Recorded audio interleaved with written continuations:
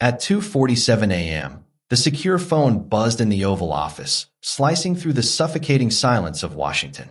With fingers drumming impatiently on the mahogany desk, Trump listened as his chief of staff delivered the intelligence briefing. Sir Ibrahim Traoré had just nationalized 3 more French mining operations in Burkina Faso.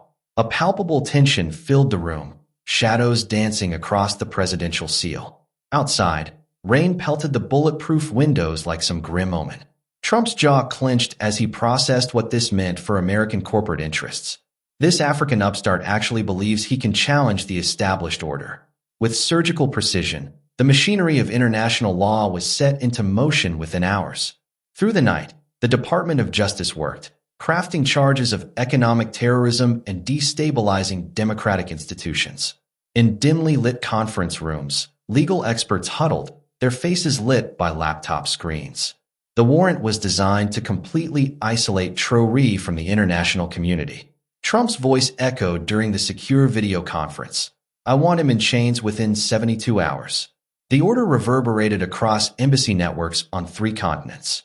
Every detail was calculated to send a message to any African leader with similar ambitions. By dawn, encrypted messages were flooding diplomatic channels from Washington to Ouagadougou.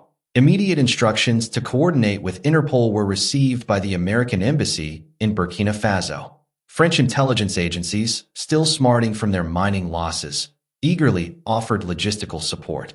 The warrant painted Traoré as a threat to global economic stability and democratic values. Carefully crafted leaks about an imminent international police action reached news outlets. The narrative was clear: a dangerous dictator would face justice. Trump's team believed they had perfectly cornered their target. But in the red dust of Ouagadougou, something unexpected was already stirring among the people. Under the morning sun, market vendors whispered urgently as they arranged their colorful fabrics. University students gathered in spontaneous groups, their voices rising with indignation and pride. The baobab trees seemed to stand taller, as if ancient spirits were awakening. Though Traoré's phone remained silent, his advisors knew the storm was coming. From distant neighborhoods, the sound of traditional drums began echoing. A line had been crossed, and Africa would not remain silent. The countdown to confrontation had begun. As the morning call to prayer echoed across Ouagadougou, Ibrahim Traoré sat quietly in his modest office when his aide burst through the door, sweat beading on his forehead despite the early hour. "Captain, the Americans have issued an international warrant for your arrest." The room fell silent, save for the distant sound of motorcycle taxis navigating the dusty streets. With weathered hands remaining steady, Traoré poured traditional tea into 2 small glasses. His dark eyes reflected neither surprise nor fear, only the quiet resolve of a man prepared for this moment. "Show me the document," he said, his voice carrying the calm authority that had inspired a nation. Children's laughter drifted through the open window from the nearby school as he read the charges. Traoré's lips curved into a knowing smile that had nothing to do with amusement. "Economic terrorism for feeding our own people with our own resources," he murmured to himself. Nervously clutching a stack of international news reports, his communications director entered. The global media was already painting him as a dangerous radical threatening world stability. Traoré stood and walked to the window, gazing at the bustling market where women sold mangoes and millet. "They fear what we represent more than what we've actually done." Within 2 hours, Traoré addressed the nation from the presidential palace courtyard. Hundreds of citizens had already gathered, their colorful traditional clothing creating a tapestry of solidarity. Without amplification, his voice carried across the crowd, each word chosen with deliberate precision. "Today, Washington has declared war on our sovereignty, on our right to control our destiny." The crowd's response was immediate, not panic, but a deep, resonant determination. Mothers lifted their children higher to see their leader, while elders nodded with approval. "But we have faced colonial powers before, and we remain standing." The speech concluded with a promise that would echo across the continent. "Let them come with their handcuffs and their arrogance," Traoré declared, his fist raised skyward. "They will find not a cowering dictator, but a people united in dignity."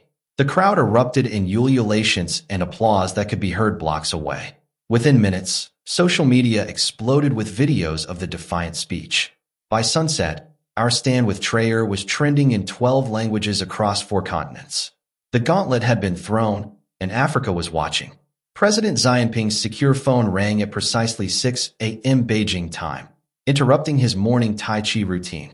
His foreign minister's voice carried unusual urgency. The Americans are moving against Traoré in Burkina Faso.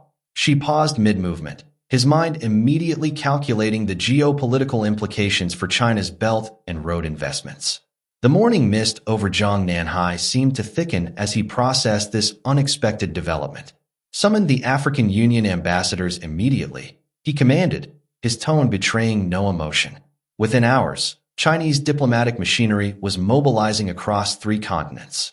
The chessboard had suddenly shifted, and Beijing would not be caught unprepared. In Moscow, Vladimir Putin received the intelligence briefing while reviewing military exercises in the Caucasus. His weathered face remained impassive, but his advisors recognized the predatory gleam in his eyes. The Americans overreach once again, he muttered, setting down his tea glass with deliberate precision. Within the hour, Russian operatives already stationed in West Africa received new coded instructions. Putin's press secretary began drafting statements about Western neo-colonial aggression against sovereign African nations. Across social media platforms, the Kremlin's disinformation networks activated, amplifying anti-American sentiment. Russia's grain shipments to Burkina Faso would increase threefold by month's end. In Ankara, President Erdogan convened an emergency session with his National Security Council. Turkey's growing influence in Africa had made Traoré a valuable partner in challenging Western hegemony. If they can arrest one African leader for defending his resources, none are safe, Erdogan declared. Turkish military advisors in Burkina Faso received orders to increase their protective posture immediately. The Turkish lira strengthened against the dollar as Ankara announced expanded trade agreements with African nations. Erdogan's personal call to Traoré lasted 47 minutes. Their conversation was conducted in fluent French. By evening, Turkish cargo planes were en route to Ouagadougou with humanitarian supplies. The dominoes continued falling across the global south as news spread through diplomatic channels. India's External Affairs Ministry issued a strongly worded statement about selective application of international law.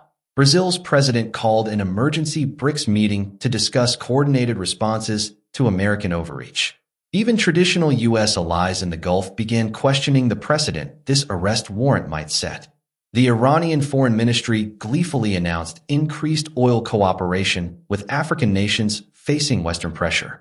What Trump intended as isolated punishment had become a rallying cry for multipolarity. The global chess game had begun, and America was no longer playing alone. The first video appeared on TikTok at 3:17 a.m. Laos time, uploaded by a 19-year-old Nigerian student named Amara. Her passionate 5-minute monologue about African dignity reached 100,000 views within 2 hours. "They want to arrest our brother for refusing to be their slave," she declared, her hijab framing determined eyes. The video's raw emotion struck a nerve across the continent's youth networks. Within 6 hours, Sugar Hands Off TRO had exploded across every social media platform imaginable. Young Africans from Cape Town to Cairo began sharing their own video responses. The digital revolution had found its rallying cry, and it was spreading like wildfire. Twitter's algorithms couldn't contain the organic surge of solidarity sweeping across global networks. With precision that military operations would envy, Kenyan tech entrepreneurs coordinated hashtag campaigns. South African musicians released impromptu songs celebrating Burkina Faso resistance, their videos garnering millions of views. In London and New York, Ghanaian diaspora communities organized flash mob protests in Times Square. Instagram stories featured traditional African flags alongside modern protest art created in real time. The platform's executives watched helplessly as user engagement reached unprecedented levels around African political content.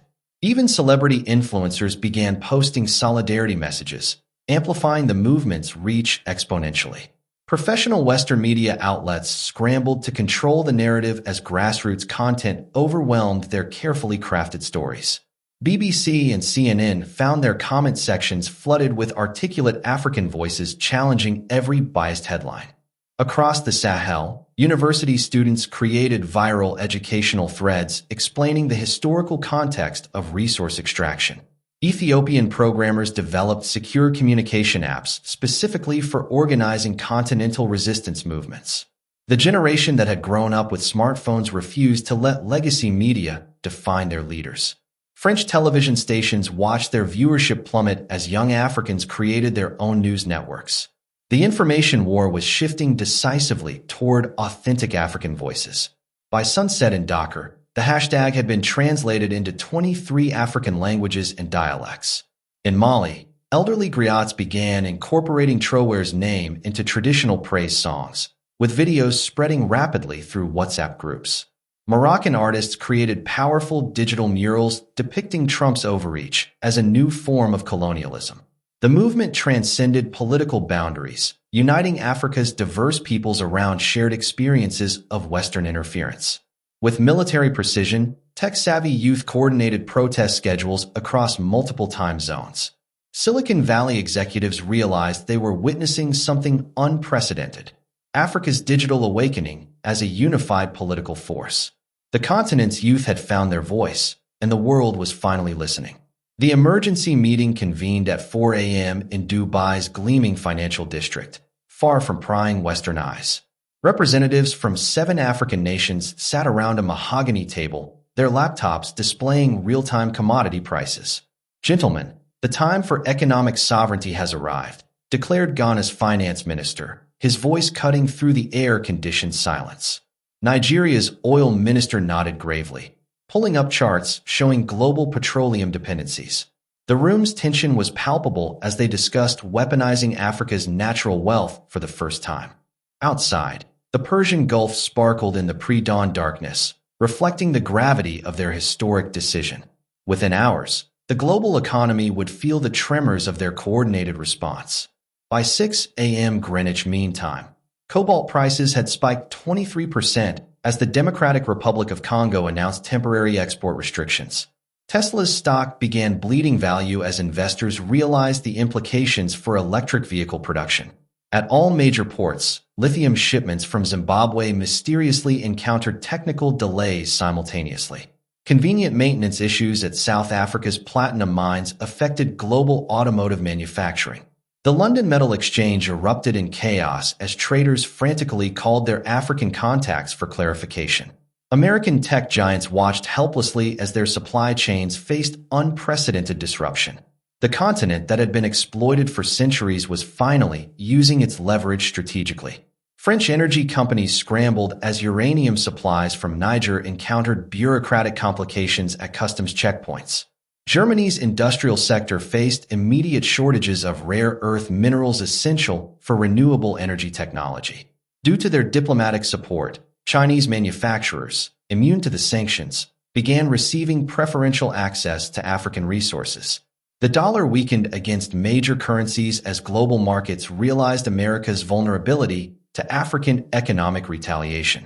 Trump's advisors flooded the Oval Office with urgent briefings about supply chain catastrophes. Wall Street analysts frantically recalculated the true cost of the Traoré warrant. In less than 12 hours, the economic chess game had shifted dramatically. In Ouagadougou's central bank, Traoré met with his economic team as positive news flooded their secured communications. "Our gold reserves have never been more valuable," observed the central bank governor, reviewing overnight price surges.